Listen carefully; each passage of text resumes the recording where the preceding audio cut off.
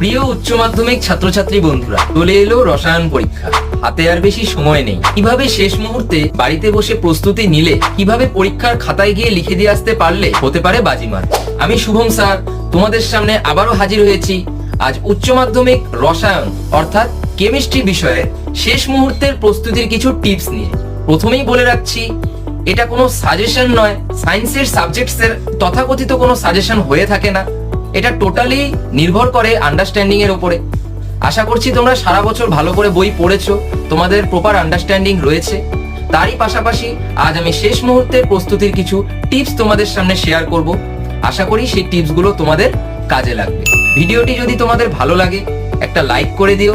চ্যানেলে যদি প্রথমবার এসে থাকো চ্যানেলটিকে সাবস্ক্রাইব করে দিও, যাতে এর পরবর্তী আসা ভিডিওগুলি তোমরা সবচেয়ে আগে পেয়ে যাও। তো চলো ভিডিওটি শুরু করা যাক। প্রথমেই বলে নেব কোন কোন বিষয়ের উপর